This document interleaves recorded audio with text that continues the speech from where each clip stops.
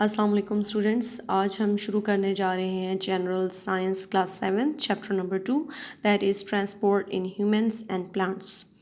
तो चैप्टर शुरू करने से पहले we need to know what does transport mean. तो ट्रांसपोर्ट का बेसिकली क्या मतलब होता है कि चीज़ों का, गुड्स का, सर्विसेज का, लोगों का एक जगह से दूसरी जगह मूव करना।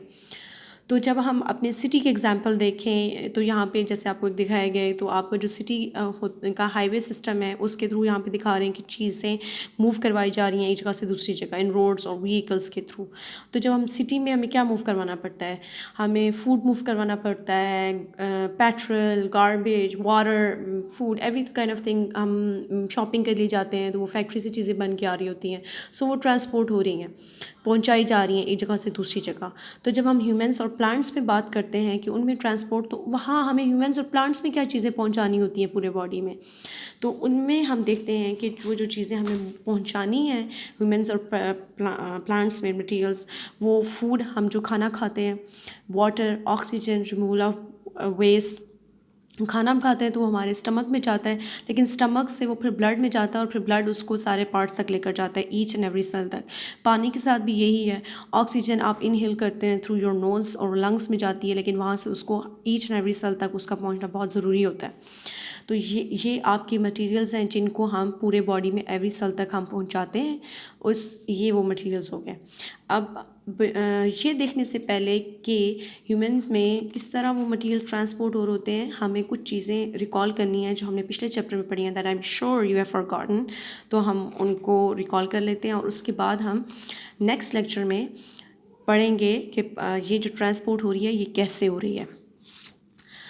अगर आपको याद हो तो आपने पिछले चैप्टर में पढ़ा है लंग्स का स्ट्रक्चर, और रेस्पिरेटरी सिस्टम जब पढ़ा था तो आपने पढ़ा था कि जब रेस्पिरेटरी सिस्टम में जो एयर है वो नाक के थ्रू, नोज़ के थ्रू एंटर होती है और वो आपके ट्रैकिया से होती हुई आपके लंग्स में जाती है। और लंग्स से पहले यहाँ पे आपका जो पाइप आता है इसको आप कहते हैं ट्रैकिया, और फिर ट्रैकिया आपका डिवाइड हो रहा है दो ब्रोंकाई में, और ब्रोंकाई आगे से छोटी छोटी ट्यूब्स में डिवाइड हो रहे हैं जिनको आप कहते हैं ब्रोंकियोल्स।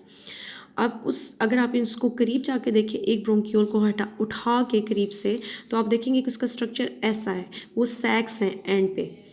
और इन सैक्स में क्या होता है कि जब आप इनहेल करते हैं आपकी एयर आती है इन पाइप से होती हुई, यहाँ से जाती हुई एयर आपकी इन सैक्स में जो एंड पे हैं उन ब्रोंकियोल्स उनमें जाके फिल हो जाती है। सो बेसिकली आपको जो नज़र आ रहे हैं इनमें एयर जो है वो फिल हो गई है।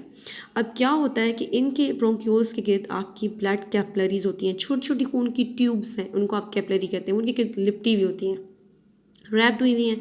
अब क्या होता है कि जब आप ऑक्सीजन लेते हैं ना, तो यहाँ पे अब एयर आ गई है, अब उसमें ऑक्सीजन बहुत ज़्यादा है जो आपकी इधर फिल हो चुकी है जब आपने इधर से रेस्पिरेशन के थ्रू इनहेल किया है। तो अब जब ब्लड कैपलरीज आई हैं, पूरी बॉडी से होकर जो ब्लड आ रहा है ना, उसमें अब ऑक्सीजन नहीं है।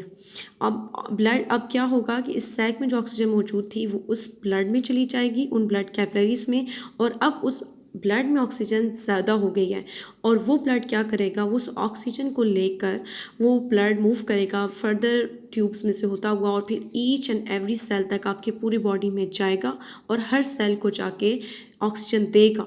और अब वहाँ पे हर सेल में ऑक्सीजन देकर, क्योंकि वहाँ पे कार्बन डाइऑक्साइड भी हर सेल में बन रही है, तो उनसे कार्बन डाइऑक्साइड ले लेगा। ऑक्सीजन देने के बाद और कार्बन डाइऑक्साइड लेने के बाद वो मूव करता हुआ वापस पूरे बॉडी से मूव करवाता हुआ वापस आएगा। और यहाँ पे आप देख रहे हैं कि वो ब्लड आता हुआ हमें यहाँ पे दिखाया जो ब्लू कलर में, असल में ब्लड ब्लू कलर में नहीं है, यहाँ पे सिर्फ हमने उसको डिफ्रेंशिएट करने के लिए दो कलर्स किए हुए हैं। अब ये जो ब्लड आया है जो वापस उधर से होकर आ रहा है, इसमें अब कार्बन डाइऑक्साइड है, अब इसमें ऑक्सीजन नहीं है। तो अब क्या, do we need carbon dioxide? No, we don't. तो हम इस कार्बन डाइऑक्साइड को, ये जो हमारा ब्लड में से जो है कार्बन डाइऑक्साइड मूव कर जाएगी इनटू द ब्रोंकियोल, और फिर वहाँ से वो ऑक्सीजन ले लेगा। As you can see over here, यहाँ पे सिंप्लीफाइड मैंने उसको डायग्राम दिखाई हुई है कि आपका एल्वियोलाई है, यहाँ पे ऑक्सीजन भरी हुई है, और वहाँ से आपका ये जो ब्लड आ रहा है इसमें कार्बन डाइऑक्साइड ज़्यादा है, और कार्बन डाइऑक्साइड मूव कर गई है ब्रोंकियोल के अंदर, और वहाँ से जो ऑक्सीजन थी वो मूव कर गई है into the blood.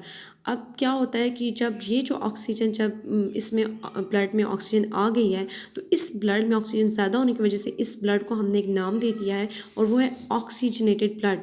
Oxygen rich blood means कि उसमें ऑक्सीजन बहुत ज़्यादा है।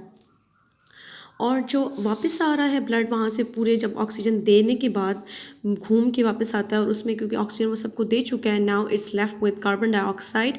तो उसमें क्योंकि कार्बन डाइऑक्साइड ज़्यादा है और there is a very little amount of oxygen in there, तो उस ब्लड को ये जो हम ब्लू कलर में शो कर रहे हैं, ये जो फ्लो करता हुआ सर्कुलेट करता हुआ वापस आ रहा है, उसको हम कहते हैं डीऑक्सीजनेटेड ब्लड, मीन्स ऑक्सीजन पोर ब्लड, कि उसमें ऑक्सीजन की अमाउंट बहुत कम है।